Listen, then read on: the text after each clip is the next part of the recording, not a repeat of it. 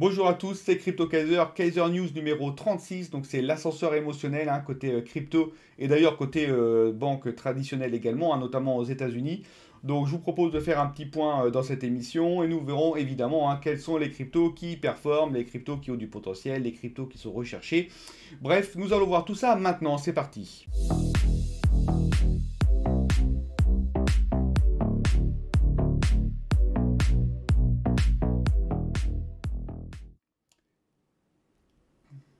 Débutons par la capitalisation globale du marché crypto au 12 mars 2023 qui s'est terminé à 1 heure du matin, tout à fait.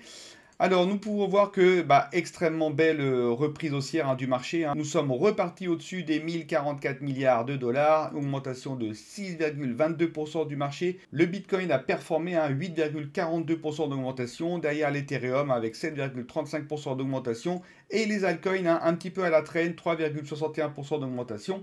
Mais pour rappel, c'est souvent le cas, c'est d'abord Bitcoin et Ethereum qui mènent la danse et derrière les altcoins qui rattrapent leur retard, donc pas de souci. Alors je vous ai fait une petite page comme la dernière fois, comme vendredi dernier, un peu spécial pour vérifier un petit peu et investiguer un petit peu sur tout ce qui s'est passé. Donc déjà côté graphique, comme on peut le voir, donc le vendredi nous étions exactement ici et c'est vrai que beaucoup sur Twitter, je vous l'avais dit dans ma vidéo, criaient un petit peu au loup, se disaient que c'était le bear market, que c'était la fin, etc. Ce que je vous avais dit, c'est qu'effectivement, on était mal orienté, ça on peut pas le nier, c'est clair. Mais attention, il fallait attendre les clôtures. C'est pour ça que c'est très important d'attendre les clôtures, parce que tout ce qui est entre les clôtures, ça reste du bruit et ça peut être source à confusion, ça peut être source de stress, les gens peuvent faire un petit peu n'importe quoi, etc. Donc, qu'est-ce qui s'est passé à la clôture? Eh bien, les prix ont remonté pour revenir juste au niveau du nuage. Et si on ne passe pas sous le nuage, au niveau des, on était passé sous la Keijun, ça c'est vrai, qui est ici. On était passé du coup là sous le nuage, donc c'était vraiment pas bon. Mais comme on est revenu au niveau du nuage, on a annulé finalement le renversement de tendance baissière court terme. Voilà. Donc la lagging span de facto, forcément, elle est venue buter sur ce niveau-là, qui est finalement un niveau fort. Alors c'est un plat, vous savez, les plats dans les nuages, c'est toujours très fort. Je vous en avais déjà parlé. Donc un plat, la lagging spine est venue buter sur le plat ici, là, pile, c'est chirurgical, vraiment le bas est ici, la lagging spine est venue ici buter dessus. Alors je ne mets pas tous les niveaux des nuages, que sinon il y aura des traits partout, vous n'allez rien comprendre. Donc ici elle est venue taper sur le bas du nuage, qu'est-ce qui s'est passé? Ça a rebondi, forcément. Ça rebondit où? Ça rebondit déjà dans le nuage, donc ça veut dire, ça c'est déjà pas mal, ça veut dire que là maintenant on est devenu neutre côté court terme, ça c'est bien. Donc il n'y a plus de tendance baissière court terme. Donc ça c'est quand même sympa. Derrière on est venu quoi faire? On est venu taper pile ici la Keijun. On a dépassé la Keijun là, ici. Vous voyez la Keijun elle est là, là, tac. On est venu la dépasser ici. Et là hop, on est revenu dessus, au but dessus. La lagging span bute sur la Keijun. Alors évidemment c'est un point qui est important la Keijun. Pourquoi? Parce que si jamais on passe la Keijun, et qu'on dépasse, du coup, c'est juste derrière le nuage, là, qu'on arrive ici, ça veut dire qu'on a franchi la Keijun par le haut, ça veut dire qu'on a dépassé le nuage daily, et donc ça veut dire qu'on reprend une tendance haussière à court terme, et donc qu'on n'est plus dans le neutre. Et qui plus est, si jamais on est ici, là, et qu'on clôture ici, là, ça veut dire quoi? Ça veut dire que la lagging spine sera également à ce niveau-là, et donc la lagging spine aura également passé la Keijun, confirmée par la lagging spine, donc c'est bien une reprise de tendance haussière à court terme, si jamais nous attendons ce niveau-là. On a bien récupéré. Alors attention, le marché est encore très incertain. Côté États-Unis, je vais vous en parler tout à l'heure, mais c'est un peu le bazar. Donc il y a toujours encore une corrélation, quoi qu'on puisse se dire, il y a une corrélation entre le Bitcoin et le S&P 500 et d'autres indices. Donc il y a quand même une corrélation, à mon sens, qui est encore assez forte. Donc voilà, ne crions pas non plus victoire trop tôt. Par contre, je vous ai mis également ici, là, vous voyez, là, le petit tableau sur l'aperçu hebdomadaire, parce que sinon, je trouve que c'est un petit peu difficile à lire. Et vous voyez, là, hebdomadaire, ce qui est intéressant, c'est on a la Taycan hebdomadaire, vous voyez, c'est cette droite qui est là, qui continue, là, là, là, là, là, là, comme ça. Et on voit bien que les prix, qu'on a là, la Taycan qui est au-dessus, la Taycan couvre les prix, accompagne les prix dans la baisse. Vous voyez, là, on a été là, ici, on remonte sous la Taycan, on dépasse, hop, on repasse sous la Taycan, on repasse, hop, sous la Taycan, hop, sous la Taycan. Donc ça, c'est avoir une Taycan au-dessus, c'est toujours compliqué. Donc on avait également la droite de tendance là, et pour moi, on avait bien effectivement, on avait bien passé cette droite de tendance qui symbolise finalement un breakout, donc une possible reprise du marché haussier sur le moyen terme. Mais déjà, il faut que ce breakout soit confirmé. Et ça, ce qui confirme, c'est la lagging spine Or, la lagging spine ici s'approche de ce niveau-là. Une fois qu'elle l'aura passé, on aura bien confirmé une reprise haussière à moyen terme. En tout cas, ça sera un excellent signal de reprise haussière à moyen terme. Alors, c'est pas tout, ça c'est déjà très très bien si elle peut passer ce truc-là. Alors derrière, ce qu'il faut savoir également, c'est que comme je vous l'ai dit, donc la Tecan elle est remontée là, et nous ce qu'on a fait, on était repassé sous la Tecan. Et ça c'est quand même compliqué, parce que si on reste sous la Tecan, celle-ci va hop, repartir à la baisse, et ça va refaire la même chose qu'ici, on serait reparti à la baisse, donc le marché n'a pas voulu de ça apparemment. Donc on est remonté direct, on est revenu là au niveau de la Tecan, même légèrement au-dessus de la Tecan. Donc ça pourrait vouloir dire que finalement on peut rebondir sur la Tecan et repartir à la hausse. Ça serait quand même le scénario idéal, repartir à la hausse vers où? Vers ce fameux nuage hebdomadaire qu'il faut passer. Alors il est quand même costaud, mais bon, ici il était pas mal non plus, vous voyez. Donc en fait il faut juste rentrer dedans, faut le faire. Et derrière, on rentre en phase neutre plutôt haussière parce qu'on aurait quand même passé la Kejun, donc il resterait que le nuage pour être vraiment en tendance haussière à moyen terme. Là, ça serait top. Moi, ce que je vais regarder quand même, c'est que la lagging passe bien ce niveau-là. Ça, pour moi, c'est quand même relativement important. Et derrière, côté daily, à court terme, c'est vraiment que voilà, les prix puissent dépasser cette Keijun Daily et ce nuage. Et si les prix clôturent au-dessus de ce nuage, au-dessus des 23 400, voilà, ça sera de très bon augure, parce que ça veut dire qu'on a passé à la fois la Keijun, le nuage, que la lagging span est bien passée. Si ça clôture là, c'est de bon augure, c'est-à-dire que déjà à court terme, on reprend une hausse. Si on reprend une hausse à court terme, ça veut dire que ici, ça va repartir à la hausse. Donc ça veut dire qu'on va bien rebondir sur la tête canne. Ça veut donc dire que la Keijun pourrait passer sa droite de tendance et donc on pourrait s'attaquer sereinement, entre guillemets, à ce nuage hebdo. Voilà, alors qu'est-ce qui s'est passé du coup, grosso modo? Alors là, c'est un peu le carnage, là c'est opération pompier à tout va, il y a le feu partout, le feu aux banques en fait. Alors déjà on a Silvergate, je vous en avais déjà parlé, Silvergate qui était finalement plus exposée que ce qu'elle n'avait laissé croire à FTX, du coup elle a été liquidée. Ensuite est venu SVB, alors SVB, ça qu'est-ce qui s'est passé? C'est que c'est une banque, alors une banque notamment pour la fintech et la crypto d'ailleurs. Donc cette banque-là a rencontré deux problèmes. Le premier problème, c'est l'augmentation des taux directeurs de la Fed. Alors effectivement, comme la Fed a augmenté les taux directeurs, ça influe sur le marché obligataire. Pour la faire courte, j'ai une obligation qui a un taux donné. Ok, je l'achète. Si plus tard, il y a une augmentation des taux directeurs, et ben, l'obligation que moi j'avais, elle est moins intéressante parce que les nouvelles obligations qui vont être émises avec le nouveau taux directeur sera plus intéressante, plus de rendement. Donc qu'est-ce que je vais faire?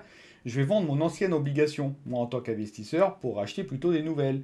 Donc au final, les anciennes obligations vont être remises sur le marché massivement, donc il va y avoir plus d'offres, et du coup, l'obligation en elle-même va perdre de la valeur. Et donc quand on a un gros portefeuille obligataire avec plein d'obligations dedans, et qu'au final elles sont toutes revendues, ou beaucoup sont revendues, la valeur de notre portefeuille perd. Et comme avec Silvergate, il y a une espèce de FUD, les gens ont eu peur pour leur argent, les gens et les sociétés, parce que comme là-bas, le montant de notre dépôt est assuré à hauteur de 250 000 dollars, et qu'en général, ils placent beaucoup plus, donc ils se sont dit, oulala, si jamais je ne retire pas mon argent, il est possible que je perde le reste. Donc il y a un effet de contagion qui est arrivé. Et donc les gens ont voulu, et les sociétés ont voulu récupérer tout leur argent, et donc SVB n'a pas pu faire face à la demande parce que évidemment l'argent aujourd'hui, la banque ne possède pas notre argent, il faut le savoir, en tout cas ne possède pas notre argent liquide. Il n'y a pas des coffres forts dans la banque avec plein de lingots partout, ça c'est que dans les films. Donc en fait la banque, qu'est-ce qu'elle fait? Elle place notre argent, elle place notre argent pour finalement récupérer des intérêts. Et le problème, c'est que quand tout le monde veut récupérer son argent, la banque ne peut pas faire face. Il lui manque de la liquidité. Et donc, qu'est-ce qu'elle va faire? Qu'est-ce qu'a fait SVB? Elle a regardé ses portefeuilles obligataires, elle a tout essayé de vendre en urgence pour récupérer la liquidité et la donner à ses clients. Mais le portefeuille obligataire, comme les obligations avec l'augmentation des taux directeurs de la Fed, elles avaient perdu de la valeur. Un portefeuille qui valait 21 milliards de dollars, elle l'a vendu en urgence et donc elle a accusé une perte de 1,8 milliards de dollars. C'est ce qui s'est passé. Et donc, du coup, elle a essayé de faire une augmentation de capital pour récupérer de l'argent frais de 2,2 milliards. Mais bon, du coup, ça s'est su, ça a encore accéléré le FUD, etc. Bref, là, le régulateur a dit stop, stop, stop, on arrête tout là. Et donc, c'est la raison pour laquelle la fameuse banque SVB a cessé, du coup, il a fermé ses portes. Alors, face à l'ampleur du désastre, et pour éviter encore une contagion, ce qu'on appelle le bank run, ça veut dire que une banque qui va fermer, qui va être liquidée, et ben, s'il y a une autre banque qui possédait des avoirs dans cette banque, ben, l'autre banque sera également en difficulté, et vice-versa, et vice-versa. Et donc, pour éviter le FUD, pour éviter que toutes les personnes à retirer leur argent dans les banques, parce que c'est ça le plus gros risque, et ben, ce qu'a fait la Fed, la FDIC, donc ça c'est l'assurance et le Trésor, se sont réunis pour finalement annoncer qu'ils allaient assurer tous les dépôts de ces banques qui ont été fermées ou en faillite ou liquidées. Tous les dépôts étaient assurés, c'est-à-dire que chaque personne et chaque entreprise retrouvera son argent. Donc ça, il n'y a pas de souci par rapport à ça. C'est juste pour les actionnaires qui, eux, n'auront plus rien parce que ce plan-là n'est pas valable pour les actionnaires. Donc voilà ce qui s'est passé avec la SVB. Et là, on a appris cette nuit que la Signature Bank, pareil, elle a été contrainte d'arrêter ses activités par le contrôleur.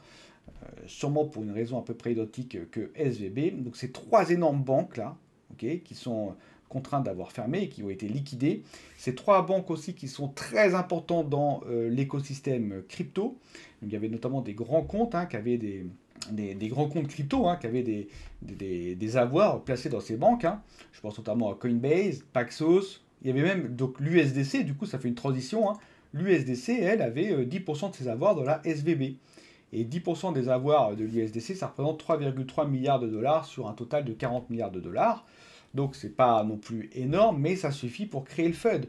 Ça suffit, oh là là, ça y est, parce que quand on a appris que l'USDC était fortement exposé à SVB, enfin fortement était exposé à hauteur de 10%, tout le monde a essayé d'échanger ses USDC, et donc on a eu un dépeg de l'USDC par rapport au dollar, qui valait plus, je crois, au plus bas, alors je vais pas tout suivre, je crois que c'était 0,88, 0,87. Donc ça veut dire quoi? Ça veut dire qu'une personne qui possède 100 000 dollars d'USDC à la base, il se retrouve en quelques minutes avec 87 000 dollars d'USDC. Donc ça fait quand même une grosse perte. Et donc voilà ce qui s'est passé en plus. Donc on a eu le dépeg de l'USDC, les trois banques, majoritairement les trois plus grosses banques aussi pour l'univers crypto. C'est ça qui est quand même incroyable. Alors je ne suis pas complotiste, mais c'est quand même bizarre que les trois plus grosses banques crypto là ferment, mettent la clé sous la porte. Donc l'USDC qui a dépeg. Derrière l'administration Biden, qui a mis en place, là, je vous en avais parlé vendredi aussi, 30% d'augmentation de taxes sur l'électricité pour les mineurs, plus la suppression de l'allègement fiscal pour les investisseurs crypto, plus le gouvernement qui détient 50 000 BTC qui ont viré ces BTC sur des exchanges avec la spéculation qui va autour, comme quoi les États-Unis pourraient vendre leurs 50 000 BTC. Donc ça, au niveau du marché, ça se ressentirait. Derrière, il y a les procès qui sont faits, notamment par New York, sur l'exchange KuCoin.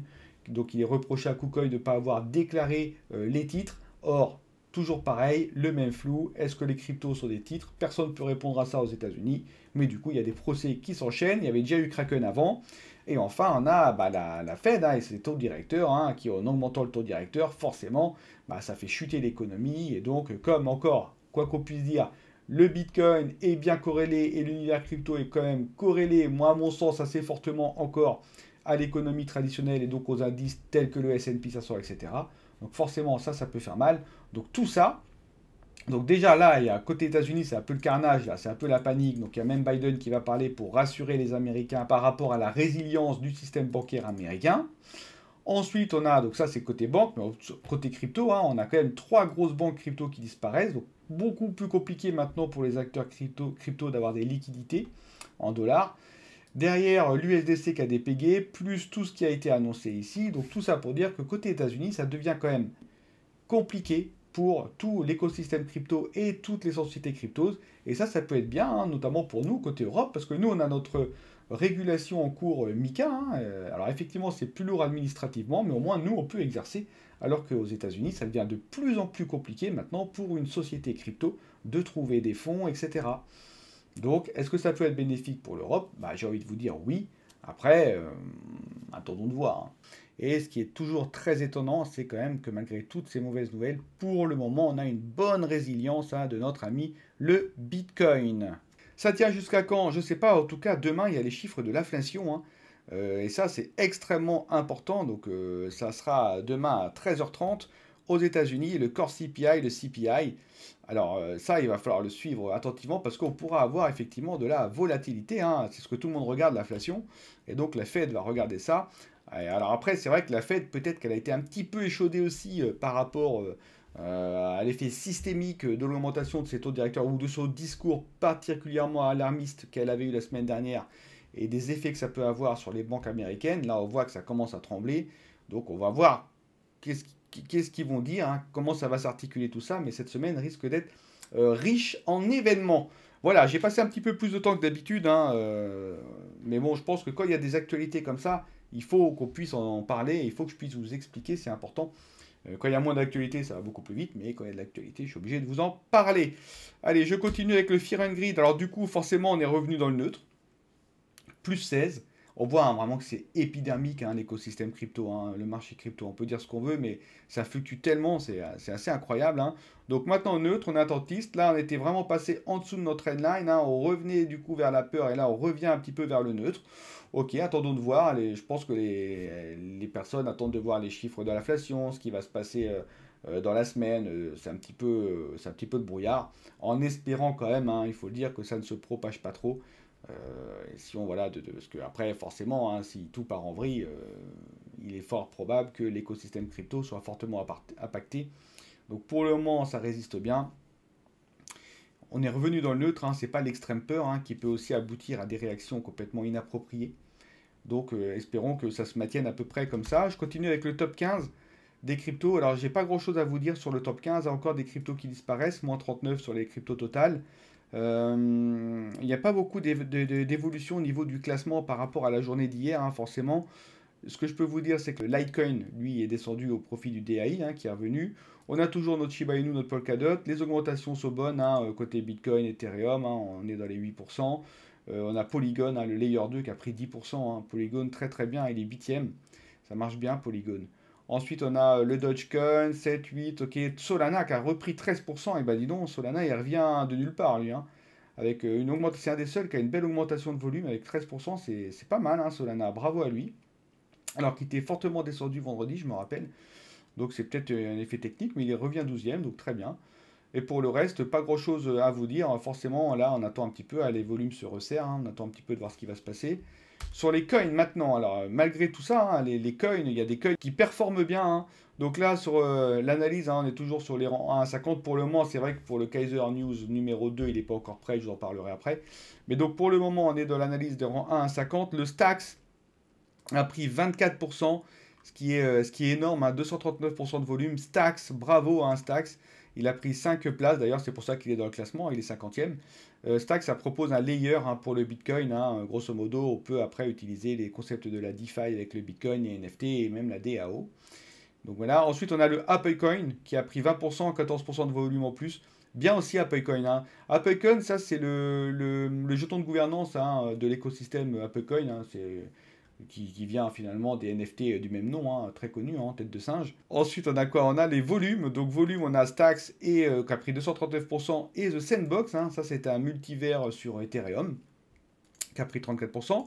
Ensuite, on a quoi? On a Phantom côté classement. C'est Phantom hein, qui a pris le plus de places. Il a pris 6 places. Hein, Phantom, bravo. Moi, j'aime beaucoup Phantom. Hein, vous savez, c'est cette espèce de représentation d'une blockchain, mais sous forme de graphe acyclique. C'est une architecture un petit peu hybride, enfin un petit peu à part, hein, tout comme peut l'être Hedera. Hedera qui a été hacké hein, d'ailleurs. Hein. D'ailleurs, je remercie un membre de la communauté, un Nabi, hein, qui l'avait mis en commentaire. Et comme quoi, Hedera, j'aime bien, hein, parce qu'il y a un vrai suivi de la communauté, ça j'adore. Et donc, effectivement, hein, il a tout à fait raison, Hedera a été hacké. Hein. Alors, ça reste un hack relativement contenu, hein, 570 000 $. Bon, quand même, hein, ont été dérobés, mais les équipes d'Hedera ont agi très rapidement. Ça ne représente pas grand-chose, 570 000 $ pour Hedera, mais c'est quand même bien de le souligner. Donc ils ont agi vraiment rapidement, ça y est, ils ont colmaté entre guillemets la brèche, hein, c'était dû à une mise à jour hein, qu'ils ont faite. Donc ça c'est bien, hein, moi j'aime, enfin je sais bien, non c'est pas bien, mais au moins la réaction a été rapide de Hedera. Et puis ils ont jamais été hackés hein, depuis 2017, hein, donc là ils ont essuyé déjà un plâtre. C'est bien hein, quand une blockchain rencontre des difficultés comme ça lui permet après d'être plus réactive et de mettre en place des systèmes encore plus évolués. Donc voilà, mais bon, en tout cas, voilà, petit clin d'œil hein, à ce membre de la communauté qui a été particulièrement attentif. Alors, je continue, donc, et puis Stax, hein, Stax, j'en ai parlé, hein, c'est lui qui a pris 5 places au niveau du classement. Pour ceux qui ont le moins bien performé, on a... alors, là, forcément, il y aura beaucoup de... Forcément, parce qu'en fait, comme tout a performé, avec la reprise qu'on a eue là sur la journée d'hier, eh ben, ceux qui ont le moins performé, ils ne sont pas négatifs, ils ont une augmentation de prix positive, mais c'est ceux qui ont la plus faible augmentation de prix, et donc c'est quoi? Bah oui, c'est des stablecoins forcément, puisqu'ils évoluent pas ou très peu. Alors il y a une toute petite évolution, parce qu'avec tous les PEG et des PEG qu'on a eu, forcément, ça a un petit peu évolué, mais vraiment rien du tout. Donc je vais passer dessus, hein, Tether, TrueSD, tout ça c'est des stablecoins. Donc on a eu aussi des baisses de volume, mais bon, ça, il y en avait un petit peu partout. Donc je ne sais pas si c'est très représentatif. Par contre, voilà, lui, il a pris 4%, forcément, puisqu'il avait des pegs de pas mal. Il a repeg, oui, mais donc c'est pour ça qu'on a 4% ici. D'ailleurs, le DAI, lui aussi, avait des pegs, hein. Tout comme le Frax, d'ailleurs, hein. Donc voilà. Le Frax, lui, c'est un stable qui est semi-algorithmique. C'est-à-dire qu'il est fractionnaire. C'est-à-dire qu'il est à la fois algorithmique et basé sur du collatéral, d'autres l'USD Coin. Donc forcément, il a également, lui aussi, des pegs. Et ensuite, on a le multivers, hein, qui a perdu 3 places, le multivers X. Alors ça, c'est EGLD, hein, pour ceux qui ne connaissent pas. C'est-à-dire que c'est une blockchain, hein, layer 1, très rapide, hein, 30 000 transactions secondes. Alors par contre, maintenant, elle se redirige plutôt vers le multivers et elle voudrait être la passerelle entre le monde réel et le monde virtuel. D'ailleurs, elle travaille sur X-World. Ça, c'est un métaverse ouvert. Donc ils avancent aussi pas mal. Bon, en tout cas, là, elle a perdu 3%, mais 7% de prix en plus. Mais en même temps, comme toutes les cryptos de rang 1 à 50 ont évolué à la hausse. Bon, voilà. Alors, je continue ensuite avec, là, c'est les cryptos qui ont performé sur les 48 dernières heures, hein. Donc, je prends 48 heures et je regarde les cryptos qui ont le mieux performé, mais sur les trois composantes à la fois sur le prix et sur le rang et sur le volume.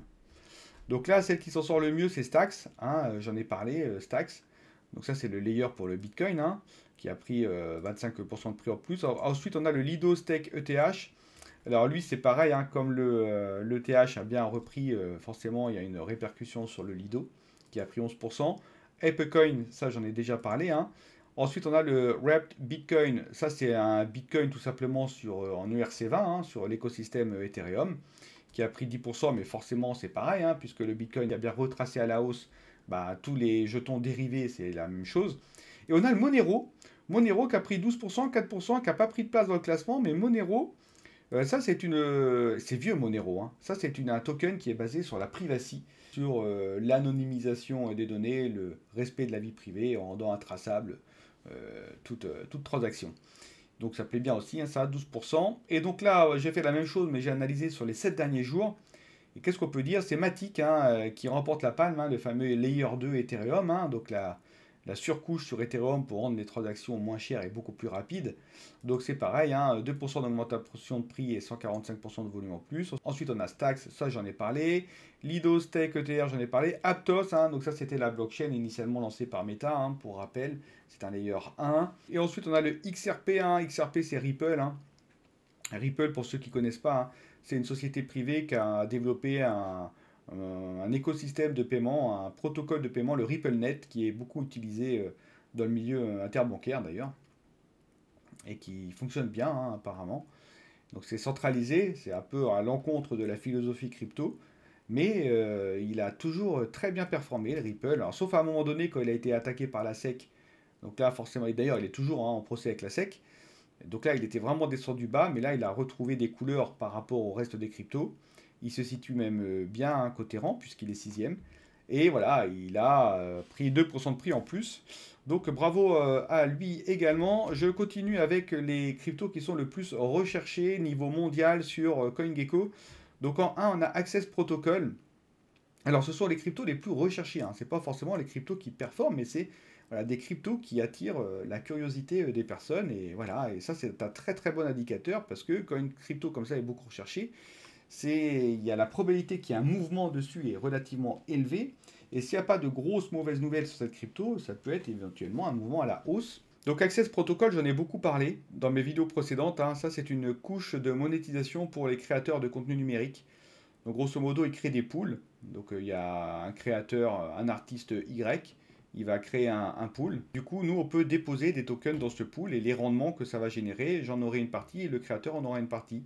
Et du coup, le fait de m'abonner à sa pool, ça va permettre d'accéder à des contenus exclusifs. Voilà, donc ça, ça c'est intéressant aussi.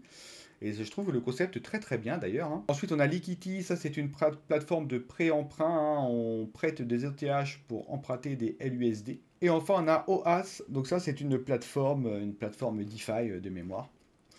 Donc voilà, ça ce sont les 3 tokens les plus recherchés. Alors le journal économique, je ne vous le montre pas parce que je vous l'ai montré au niveau de la page avec les graphiques, donc ça va faire redite, ça sert à rien. Donc je passe directement à la fin. Alors effectivement, j'ai toujours le 2. Je travaille sur le Kaiser News V2, hein, ça avance bien. J'ai déjà réglé quasiment la plupart de mes problématiques de temps de traitement parce que pour rappel, hein, dans les prochains Kaiser News, je ne traiterai plus un intervalle de crypto par jour. Parce qu'aujourd'hui, par exemple, c'était des cryptos de capitalisation 1 à 50 qui ont été étudiés. Je traiterai toutes les cryptos par jour. Mais pour ça, il faut énormément de puissance de calcul. Et du coup, c'est la raison pour laquelle je travaille beaucoup sur l'optimisation de mon logiciel pour qu'il puisse tous les matins me sortir toutes les variations. Évidemment, hein, alors ça sera, je vais analyser entre 1500 et 2000 cryptos. J'essaie de voir si je peux monter un petit peu le nombre de cryptos analysés aussi en même temps. Mais du coup, ça vous permettra à vous d'avoir sur 1500 ou 2000 cryptos, je vais voir, bah, vous aurez juste les cryptos qu'il faut étudier. Vous en aurez peut-être en tout par jour, je sais pas moi, une trentaine. Et c'est les 30 cryptos qui sont les plus performantes ou avec le plus de potentiel ou celles, voilà, même avec les cryptos aussi les plus recherchés, ça vous donnera un panel comme si c'était déjà trié. Si jamais vous voulez rentrer dans les cryptos, ne le faites pas n'importe comment. Ça, c'est un outil. Le journal là est également un outil qui vous permet de, voilà, déjà de connaître les cryptos sur lesquels vous voulez investir. Ça, c'est important. Il faut toujours les connaître. Bah, n'investissez pas parce que quelqu'un vous dit d'investir, hein.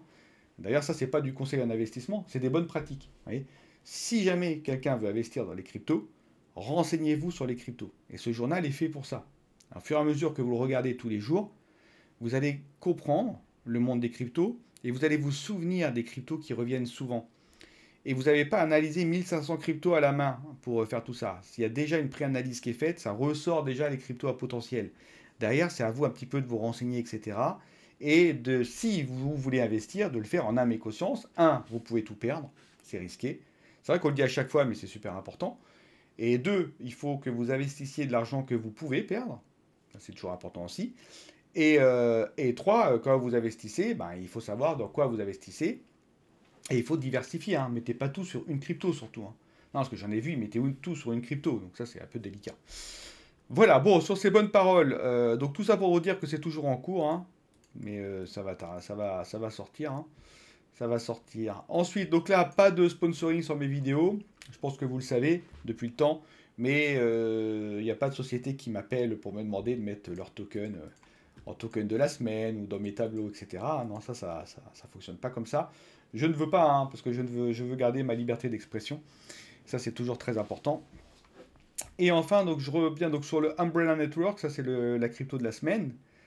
Donc là, elle a pris 21,4%. Donc là, maintenant même, là où on mange tout dans sa vidéo, elle est à 23%.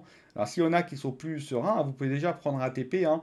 Je vais peut-être quand même le rediminuer, mes tableaux. Là, ils ne sont pas en vert parce que moi, j'ai fixé la 30% pour les TP. Mais je vais peut-être le remettre soit à 25%, soit à 20%, parce que quand ça fluctue comme ça beaucoup, au moins là, ça fait 20% de sécurisé. Donc, moi, je vais peut-être les reprendre aussi.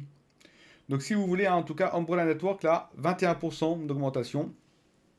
Donc, vous pouvez déjà récupérer 21% de gains. Donc, voilà, et laissez le reste, hein, et le tableau, et je vous préviendrai, hein, dès qu'il y aura à nouveau 21% de fait, etc., jusqu'à qu'on soit complètement remboursé, hein. C'est ça l'objectif de ces tokens. Pour le reste, ça n'a pas beaucoup pour bouger, à moins 24, moins 22, moins 34, mais c'est rien du tout, ça. Il faut attendre un petit peu.